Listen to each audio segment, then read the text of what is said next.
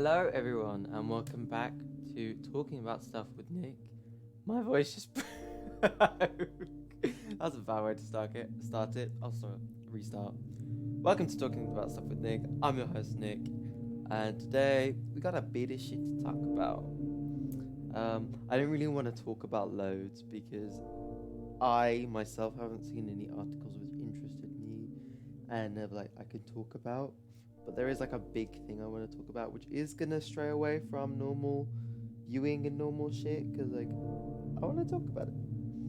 So today we're talking about Montreal police says there's no threat at Ubisoft offices after hoax 911 call. Police rushed the video game company in major operation. Sources say incident caused by hoax emergency call. So a few days ago, I think maybe two, there was this article saying how a Montreal studio, Ubisoft Montreal studio, was being held hostage. It was a hostage situation. And I sat there like, fuck. Like, the devs are like in danger and stuff. And then I found out it wasn't.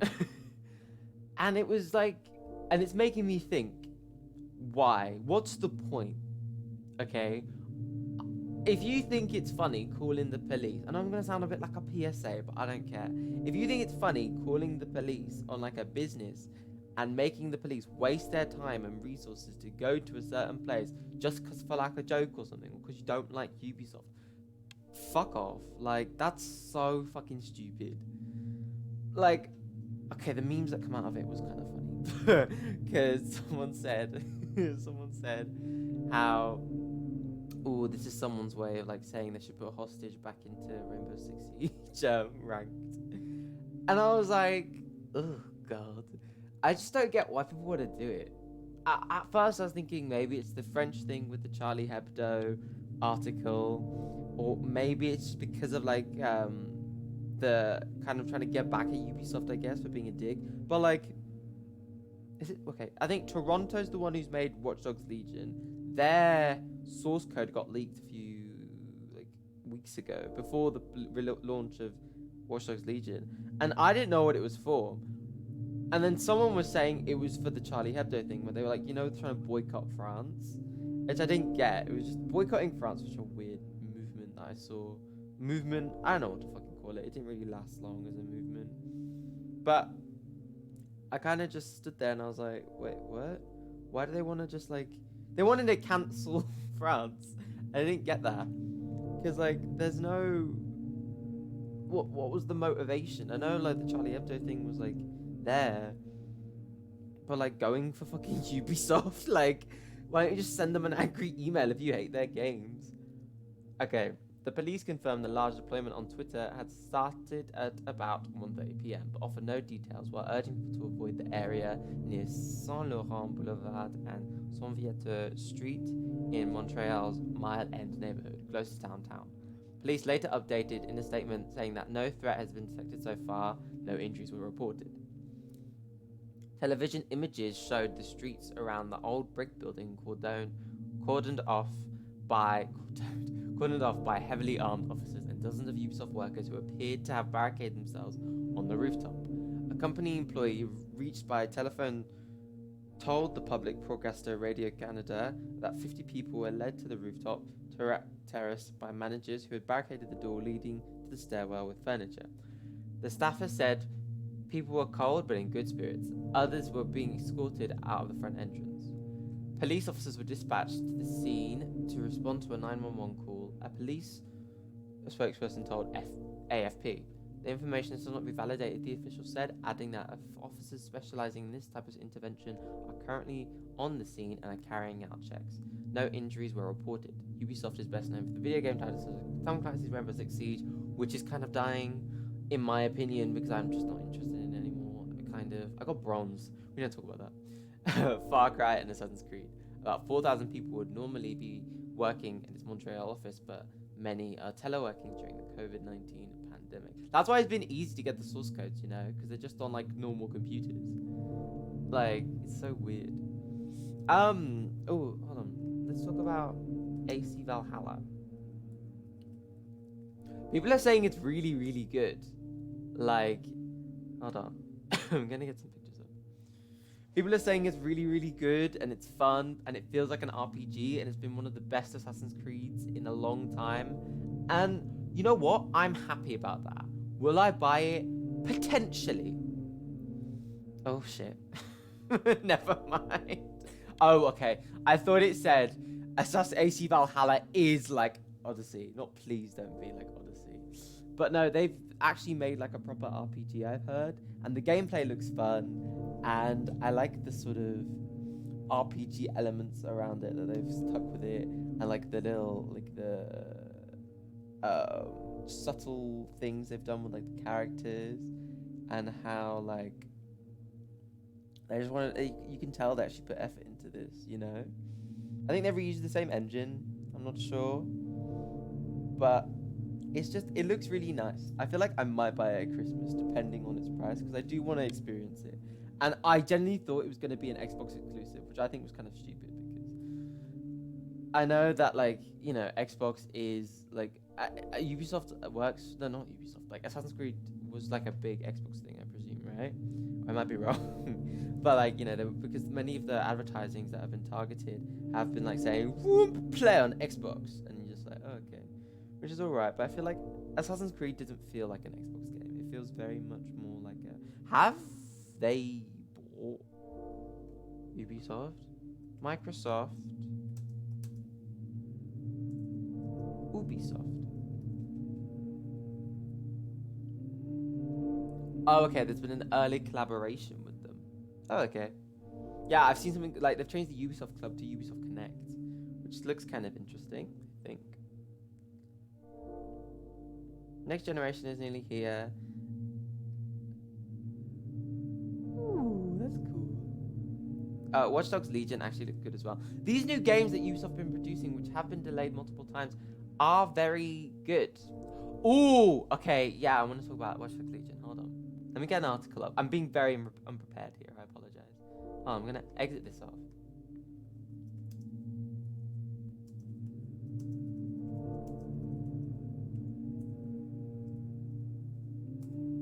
Before you judge, hold on.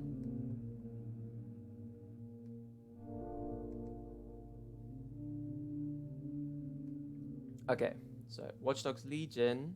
Should we move on? Let's move on. Because they segue into each other because Ubisoft. Watch Dogs Legion removing 2 podcasts for hosts' offensive views. Ubisoft is removing 2 in-game podcasts from Watch Dogs Legion because of transphobic comments made by the real-life journalist by playing the host. Ubisoft is removing 2 in-game podcasts from Watch Dogs Legion because of controversial statements made by the host in real life. These podcasts are part of the system of in-game audio logs which have been rounding praise for fleshing out the world and the narrative of the game. It definitely deserved to be delayed if they were going to like work really hard on this. So Watch Dogs Legion and AC Valhalla have kind of redeemed Ubisoft, but they've still done shitty things with the sexual assault case. And I think they're just trying to redeem themselves. And I'm looking at it as from Ubisoft as a whole company, okay? So one section could be amazing, but the other section could be really shit. Therefore, that affects the whole company name. I'm not looking at it as from Ubisoft Toronto or Ubisoft Montreal or Ubisoft Paris and stuff like that. Okay? I'm just looking at it as from a whole company. So try not to target, but like when something bad happens in place Y, of course it's going to affect place Z's like representation and reputation. Pardon me, not representation. So yeah, I feel like this is a good thing on their behalf. Because if they just kind of ignored it, if they did a Blizzard and ignored it, that was just, oh, okay, I've done. Slap on the wrist for that. I fucking said Blizzard and there's no need to say Blizzard. And just ignore it. Or issue out like a half-assed apology, then that would be fucked up. But I feel like they understand that they are walking on kind of thin ice with the sexual assault case. I mean, the sexual harassment, pardon me, not assault. I apologize. Harassment that has been like alleged in Ubisoft, and they've fired like many of the managers. I don't know, directors, not devs, right? But like some of the Ubisoft workers. But I'm glad they've genuinely like fucking got rid of it because it's just bullshit, and it kind of just.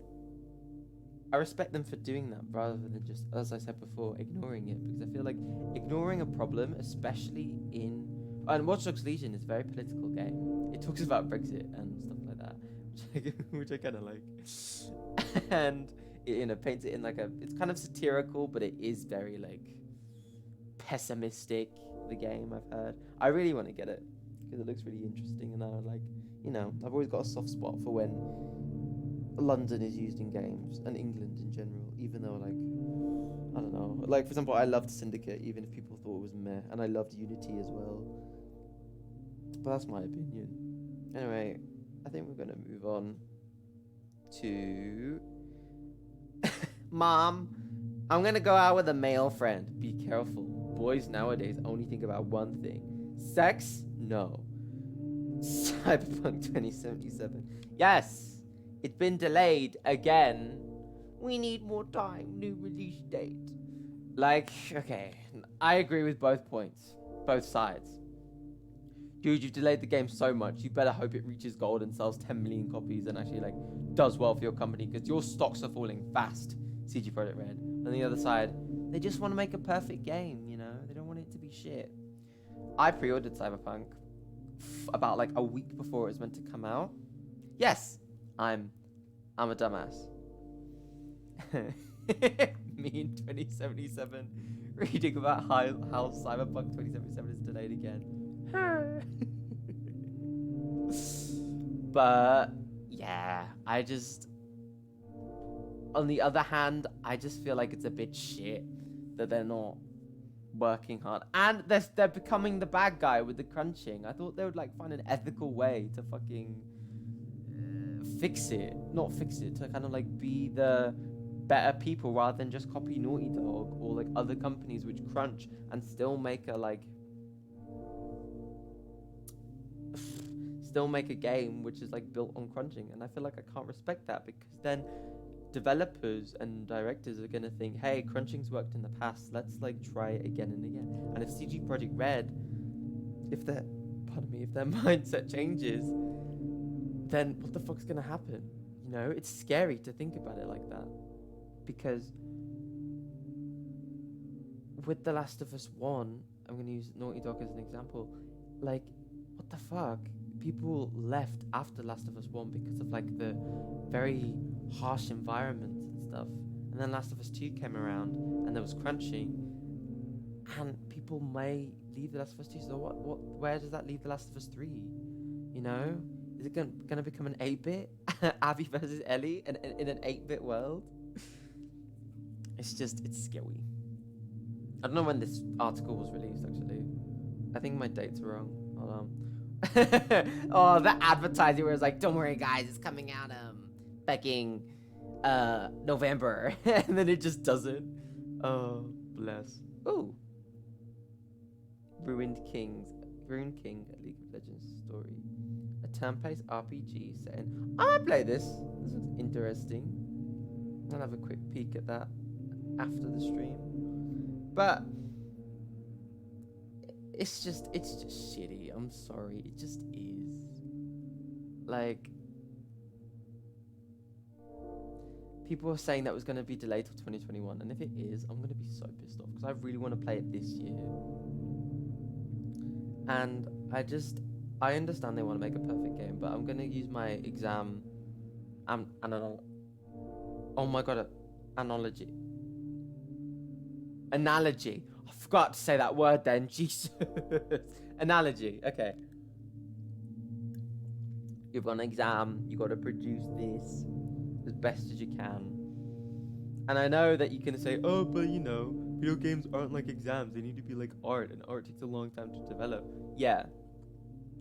But when your stocks are going down, because I think like they're a Polish company, and like their stocks are going down because people are kind of losing a bit of faith in them. I feel like many people as well, people I know, have lost faith in them. Like before, I used to be like, oh no, it's fine, delaying it's fine. But now I'm very on the fence with this, because yes, you should take as much time as possible to make sure your game is perfect and like interest the fucking clientele. But if it's gonna take that long and it's gonna like fucking put people off buying it, then bro, I feel like you should just polish it and maybe do some updates after if you can.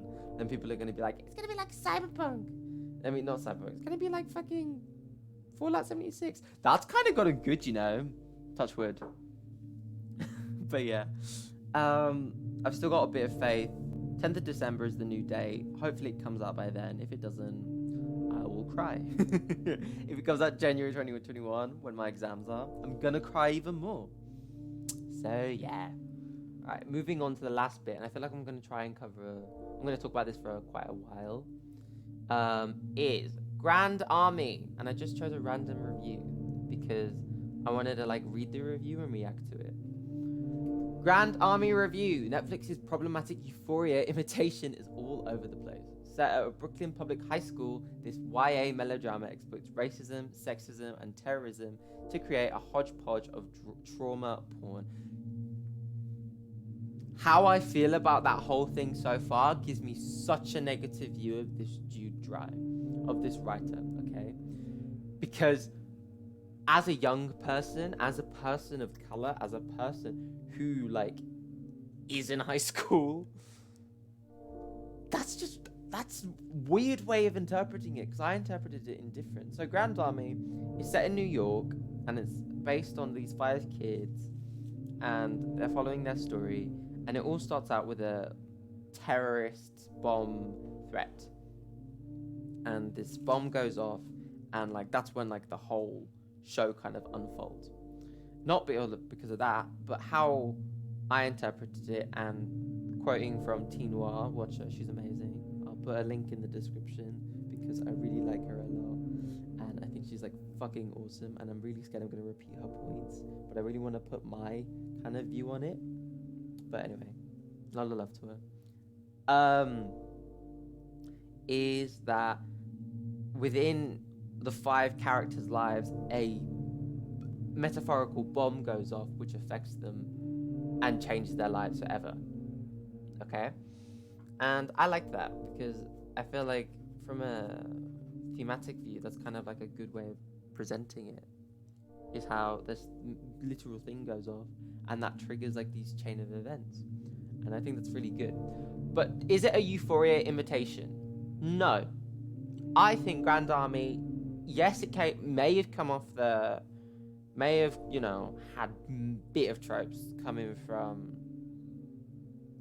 Euphoria. Actually, no, I feel like Euphoria and Grand Army, even though they go into the same genre of like high school drama and stuff like that, and talking about political things that are affecting Gen Z right now, I don't think they're the same show. I don't think it's an imitation at all, because Euphoria deals with it in a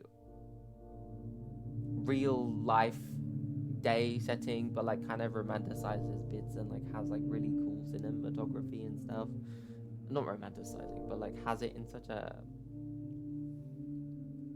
like an idyllic way, but then shows it as like, you know, just not all idyllic, it's not all fucking sunshine and rainbows in it. But then with Grand Army, it's very more grounded, I think. With Euphoria, it is grounded as well. I'm not trying to like diss Euphoria. But with Grand Army, it's definitely much more realistic in its portrayal, in the sense of these kids just go to school, man. They're not going to parties, or, you know, they don't wear cool clothes. They're not as cool. They actually attend lessons. You know, I've never seen that in Euphoria. They never attended lessons. I feel like they focus more on like a school aspect as well, rather than Euphoria. Euphoria kind of just like, yeah, man, we go partying. But I love Euphoria. I'm not coming for Euphoria at all. No way. I loved Euphoria, but I just feel like the two shows, if you watch the two shows, you can definitely say, yeah, they're the teenage drama genre, but they are most definitely two separate identities which deserve their own hype and praise and criticisms. And calling it trauma porn, dude, what the fuck? Trauma porn? Are you serious? That sounds like the Karens saying how Euphoria is trauma porn. Because it is, because, you know, Euphoria isn't exactly a fucking happy show. It's fucking ironic that it's called Euphoria, innit? So it's just weird. But anyway, I'm gonna read through it. What do a Chinese adoptee with white Jewish parents, Layla, a closeted Indian American Harvard hopeful, Siddhartha, Sid, a high Asian, sorry, my mouth's dry, a Haitian American first-generation college applicant, and white free the nipple activists have in common? Dominique and Joey. They all exist in the same universe in Grand Army, a soapy teen melodrama set in Brooklyn Public High School with a plot that includes bomb threats, sexual assault, green card marriages, and school-to-prison pipeline. Netflix's not so thinly veiled attempt to compete with HBO's Euphoria is all over the place. Really? I don't know. I thought it was great. I liked it a lot. I'd give it like an 8. With how it tackles things and kind of discusses it. And kind of, instead of going with Euphoria's kind of trippy visuals to like show its story and like its fashion, it kind of just goes with a more muted fashion and just kind of makes it and tries to make it a bit more like, again, realistic compared to Euphoria and its kind of dreamlike like vibe. But I like the vibes in Euphoria, don't get me wrong. I love them. They're great. Controversy began swirling around the series in early September when a former writer alleged racism in the writer's room on Twitter after Netflix released the first trailer, while showrunner and creator Katie Capello has yet to respond to this allegation. The obvious missteps of the show for itself, despite a blatant play at relevance by filling out an inclusive ensemble, Grand Army cannot help but center its white girl protagonist. True, but not true. Okay, I didn't feel like there was a protagonist, but like I do feel like it did center on Joey. Then I've kind of contradicted my own point. But as much as they tried to make it all 5, I do get why people think it was from Joey, but I didn't really focus on Joey as much as I thought I would. But I feel like they do it on purpose to kind of talk about privilege. Okay? Oh god, I'm gonna walk into a fucking political minefield now. I'm gonna hate myself after this. I feel I will correct myself. Hopefully, I beg and I hope I like. Oh god, I'm scared now. Anyway, they show white privilege in the show, and I respect that. I do believe white privilege is a thing, and it can be easily seen with the punishments between Jay and Owen. Jay and Owen were fucking about during the lockdown with Dominique's wallet, and they were throwing it about, and then they dropped it down a stairwell, and when Dominique fetched it, there was no money left. Even though Jay and Owen paid it back, they were still punished. And you know who brought it up? Joey. Joey was the one who tried to evoke her woke activism her woke performative activism, pardon me, and it made such a fucking clusterfuck of butterfly effects on Jay and Owen, and it really affected the two of them, because Jay only got, I think it was a 30-day or 60-day suspension, whilst Owen was like fucking expelled after, eventually. But I kind of liked it. I think I liked it. I liked how they did talk about, like, they did kind of acknowledge that, like, privilege does exist. And even though Grand Army was meant to be this, like, inclusive school, it does, like, its rules, not rules, it's like, you know, its rules where we say we have a zero tolerance policy, does differ when it comes to white students and black students, when it comes to Luke and, what's his name? John? Luke and that guy who's really in, hold on.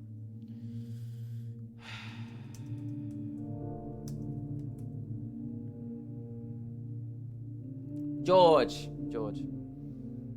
What did it get?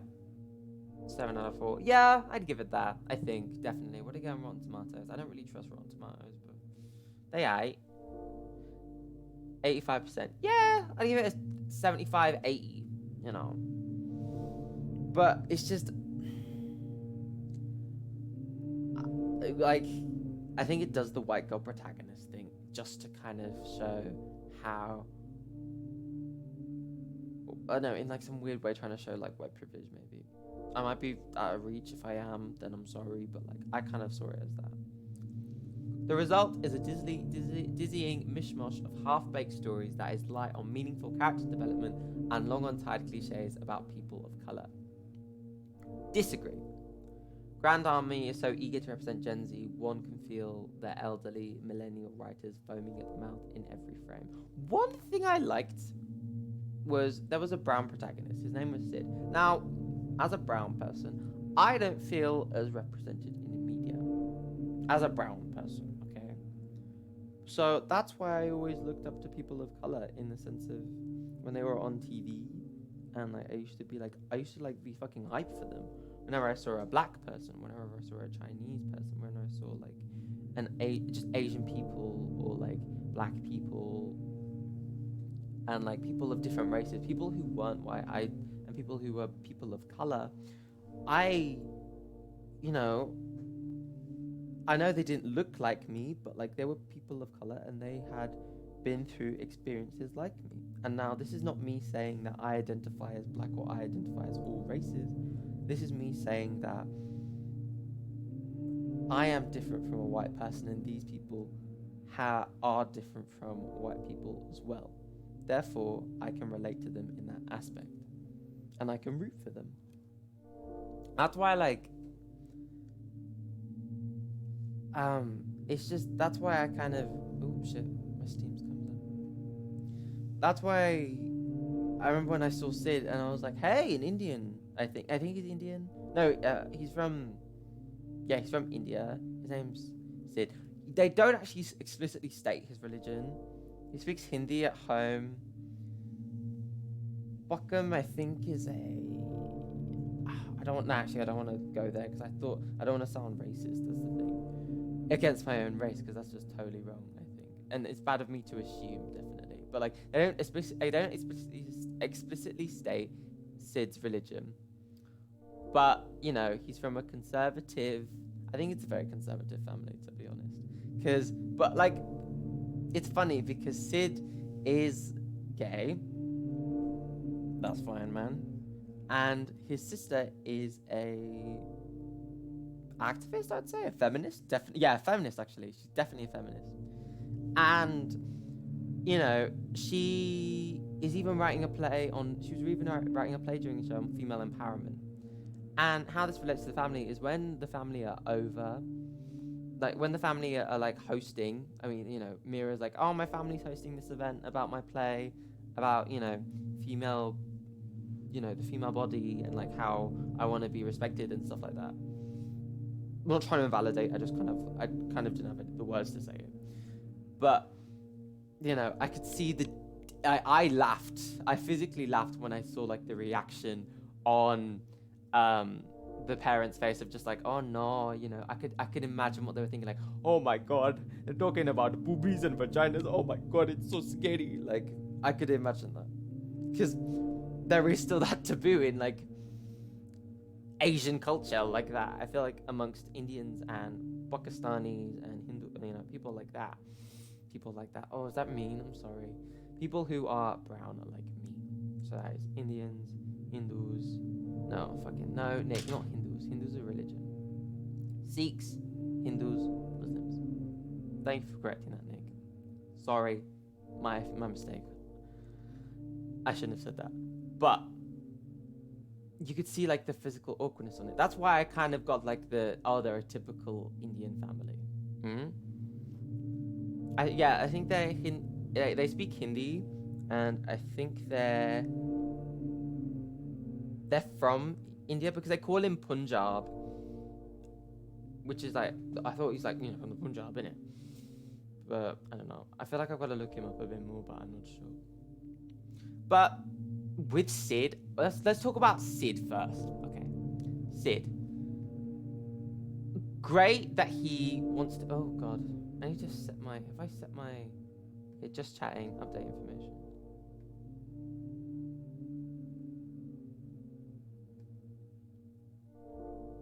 Okay, I needed to update that. Pardon me.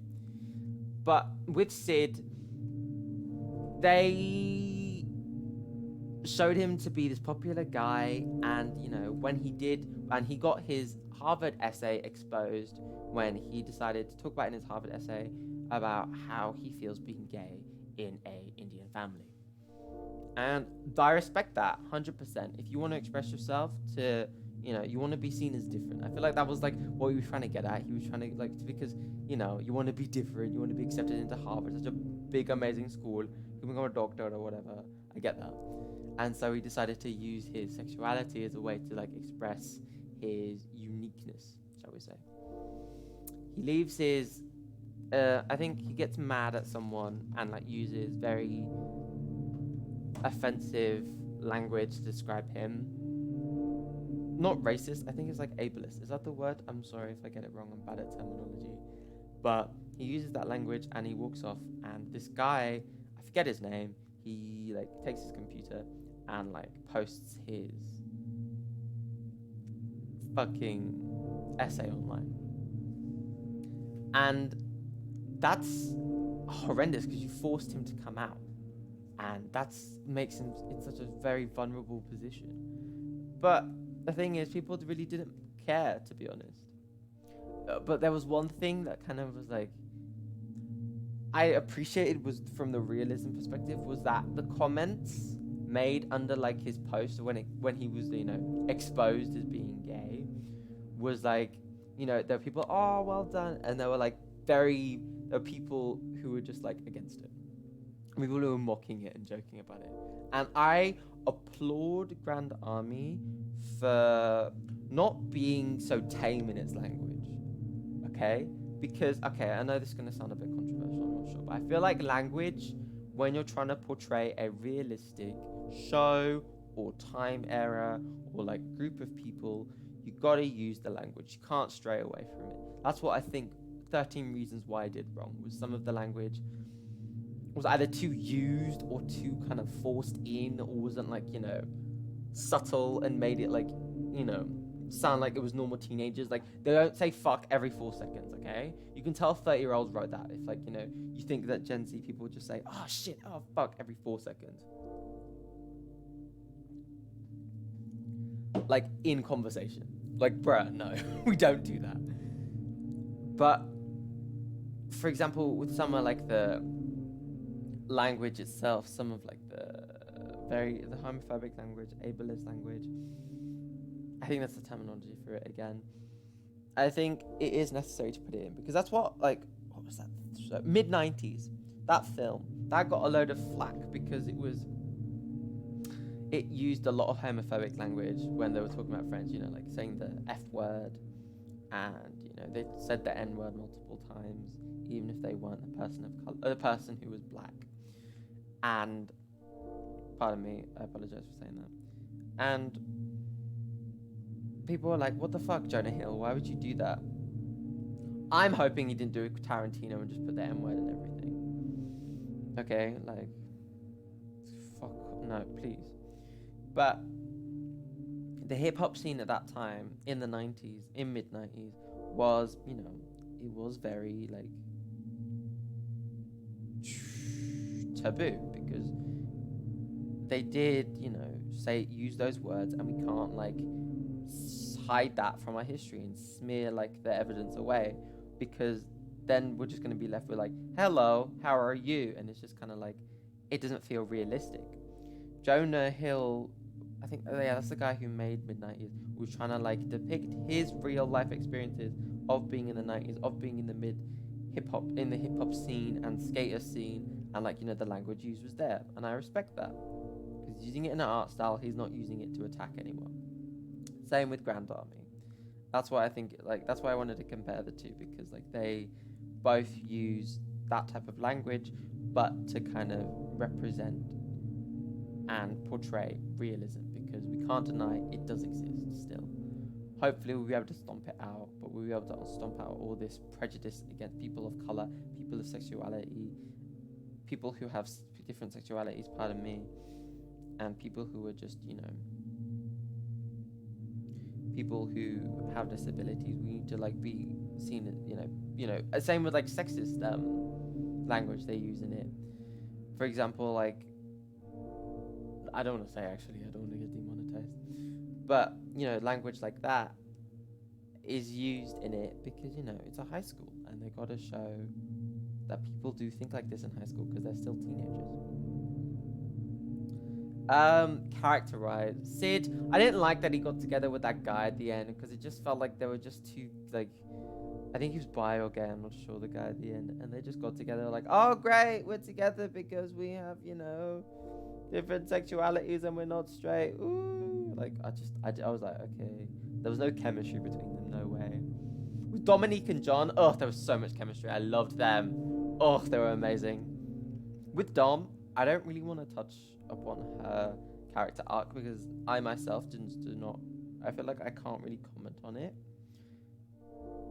if that makes sense, because I can talk about how I felt, but like I don't want to be like giving judgments because that's not me.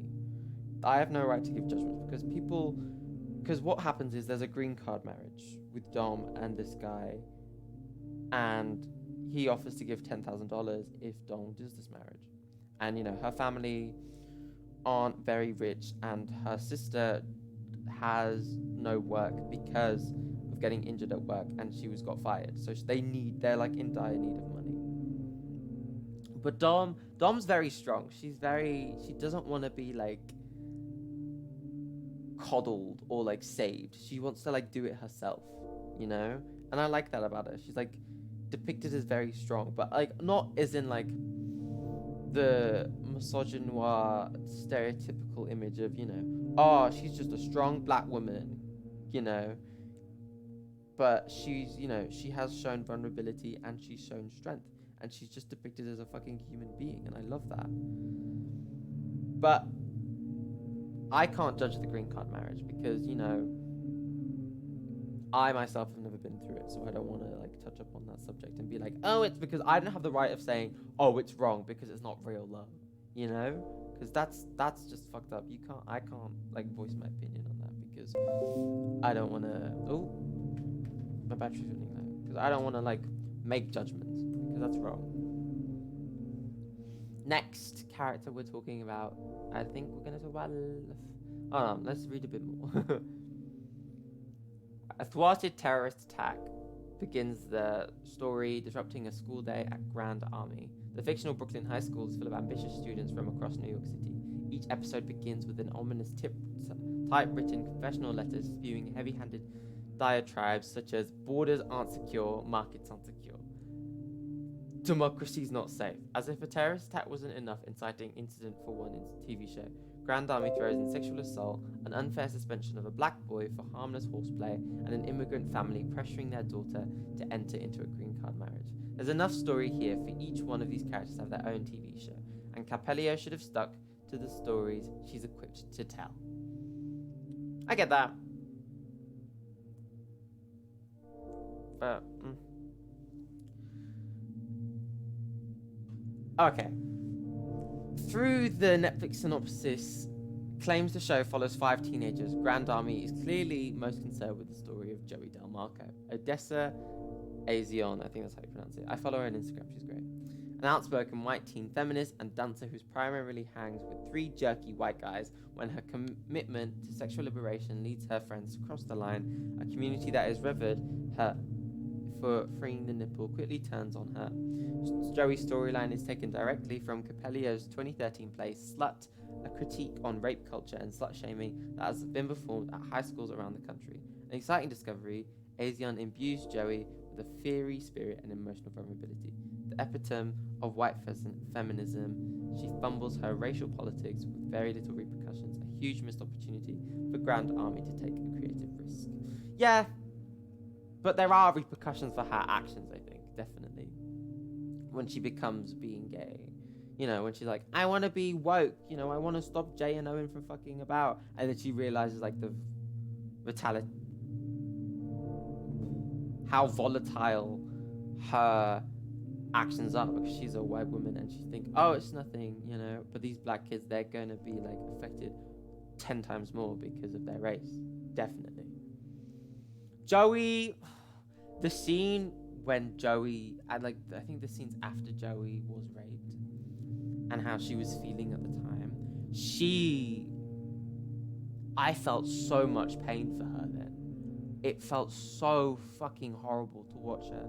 Like, she's just at school and she looks like she's trying to like fucking she looks like she wants to like burst out and fucking cry and scream, and it's so horrible to watch her like tear at her hair and like just feel so helpless, you know. And it's just that really hurt me in like it really affected me emotionally, because it was just like, fuck, she's in so much pain and like she just can't let it out. Cause she just looks, quote from Teen Noir again, she's so exhausted from it all because she just can't like fathom the fact that people she fucking loves, you know, her three best friends, Luke, Tim, and what's her name? I forgot the other guy's name. George.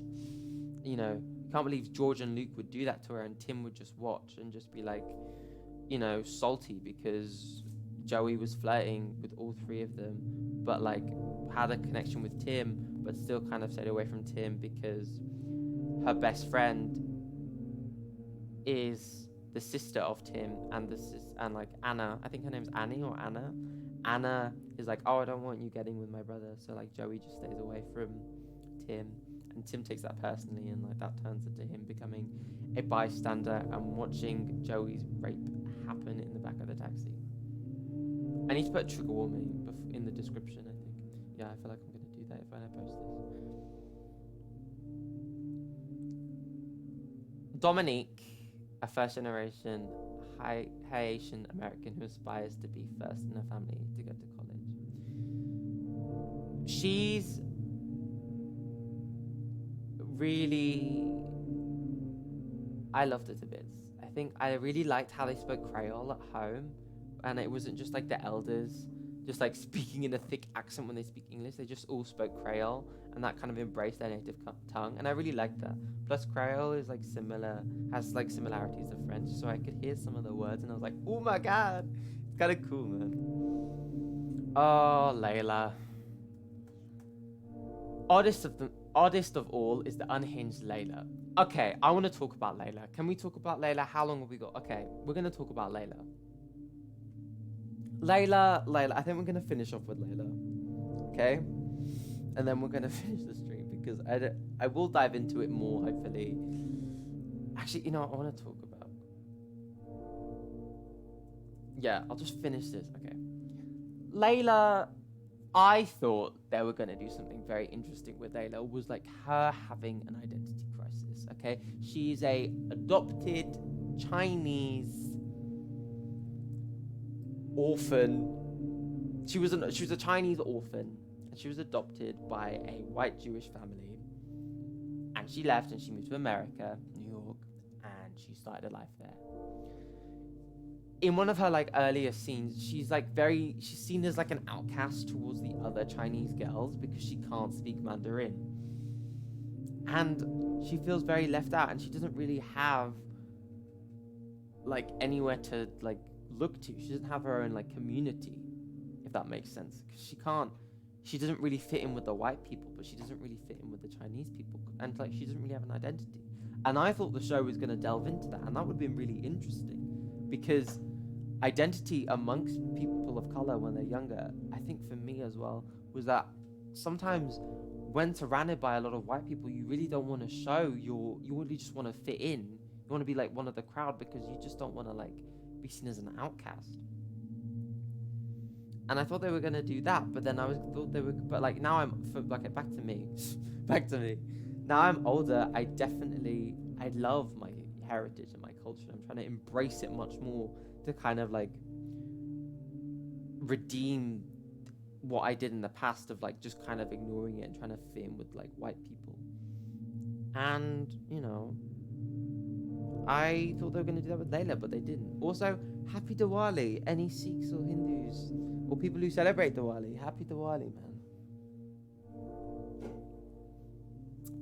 And she develops main character syndrome, where she thinks that like everything's about her and she wants to be like this and this and this. And she fucks I think she fucks this guy she fucks George, and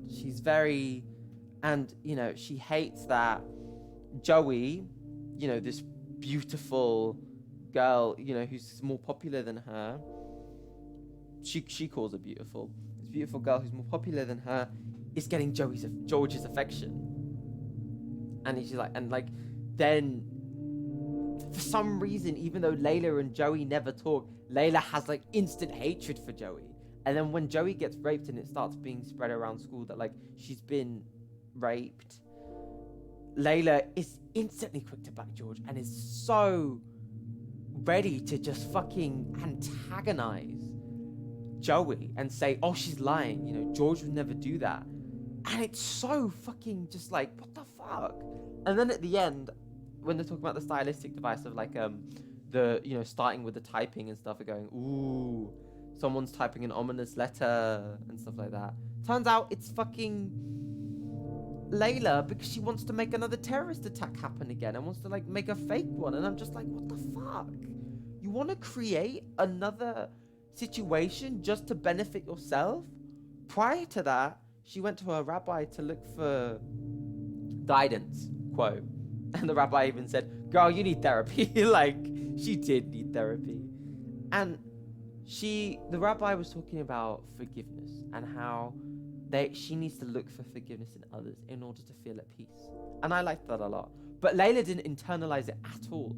Layla looked at it as an objective. I was like, oh, let's make a quick list of the people I've got to like, you know, be forgiven by and shit like that. And that was so like jarring for me to watch. And I'm thinking, what the fuck is this like distorted into? Layla, I thought had like, so much potential, but she turns out she was just like, what the fuck?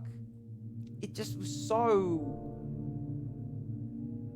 odd of her to become this. Amalia Yu, as an actress, you're amazing. Okay, please don't come for Amalia Yu. Don't do a Laura Bailey and come for Amalia Yu because of like her presentation and acting of a character.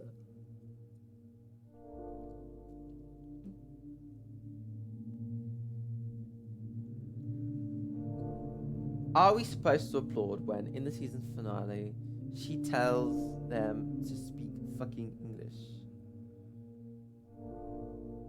Okay, stranger still in Layla's ongoing battle with the Chinese girls at school who talk smack about her in Mandarin without realizing she understands. Are we supposed to applaud when, in the season finale, she tells them to speak fucking English?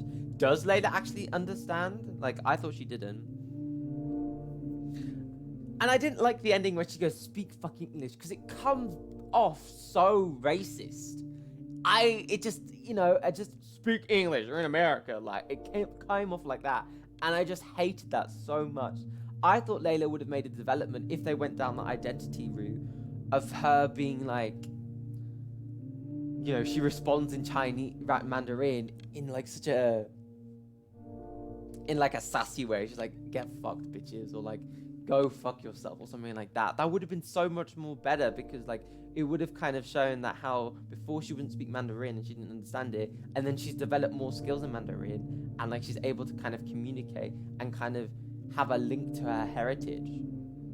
Even when she was doing her school project, it was like the teacher was asking, hey, have you got any links in China, you know, because you want to talk about the Chinese Muslims, you know, oh, I've forgotten. Uyghur? Is that how you pronounce it? I apologize if I pronounce it wrong. The Uyghur Muslims. And it's like, oh, do you have any people? The Uyghur Muslims. Do you know any like of the Uyghur Muslims, or you know? And she understands. She knows that Layla's Jewish. She's like, oh, any Jewish, Chinese people who live in China? Can you contact them? Any relatives? And she's like, no. And that's when I thought, oh, they're gonna do like an identity plot, but they didn't. They just kind of dropped it. They didn't even have a proper basis for it. They just still wanted to go with her being like, hi, I'm a bitch. And back to the bomb thing, when she faked the bomb plot just to kind of get redemption, to be like, you know, redeemed in, what's her best friend's name, Rachel's eyes, and like to fucking just, she even smiles about it when like Rachel's panicking and she's like, oh, I'm sad, I know, right? It's so scary, we might die. And then Rachel's like, oh my god, we might die. I really want to say I'm sorry and I love you to bits. Can we just go back to normal? And Layla's like, oh my god, I'm so happy. I'm just like, what? You did all this just to what? Feel powerful? To regain control in a illegitimate way? That was so fucked up. Casual racism in Grand Army is ubiquitous, but when none of the characters pay a price for their ignorance, the show seems to be shrugging off any responsibility and comment on the harsh world it puts on screen. Yeah, I get that, but it's just trying to show that in life some people we don't get justice that we deserve when it comes to racism, and I feel that's really sad, and we should. But I don't know. I understand why, like with the casual racist remarks against Sid. Like, I was like, ugh, when the white people said it. But like, at the end of the day, it happens, okay? And they were trying to show that people do this, and these ignorant people do this, and we shouldn't do this.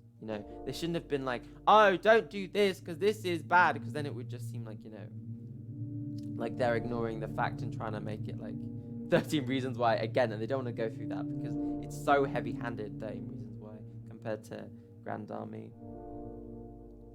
The show seems to be struggling. Okay, we're not before to that. One needs no knowledge of the writer's room controversy, see through such a careless attempt at meaningful commentary. But the backstory makes it even harder to stomach. Even the emotionally manipulative music cues and shaky handheld camera angles signal a lack of originality. Let Grand Army be a warning not only to those who co-opt other stories but artistic styles as well. Any attempts at pandering will not be tolerated. I disagree with this, but because it's given more background, I definitely have a different view on it, on Grand Army. But overall, I really enjoyed the show. I really liked it, and I hope season 2... Like, I hope Layla gets done in season 2. Like, no, because she can't do that, in order to, like, gain redemption or whatever. That's so fucked up. Like, Jesus. But, yeah, that's my review of Grand Army, my heavy reviews. We talked about Joey, we talked about Sid, we talked about Dom, we talked about... There were 5 characters. Oh, yeah, Jay and Owen. Jay's story, he was just a black teenage boy trying to seek justice for his unfairly suspended friend Owen. And I really liked that story. But at the end, when he stops his whole music, music career to stand up and be silent about it, was, I think, hella powerful. He wasn't going to stand for just being replaced because Owen fucked up, because both of them should have got equal punishment, but Owen got more and more harsher and ended up being expelled and going to this school, which which touches on the school to prison pipeline system that they have in America. I feel like there's much more to say, but I'm tired.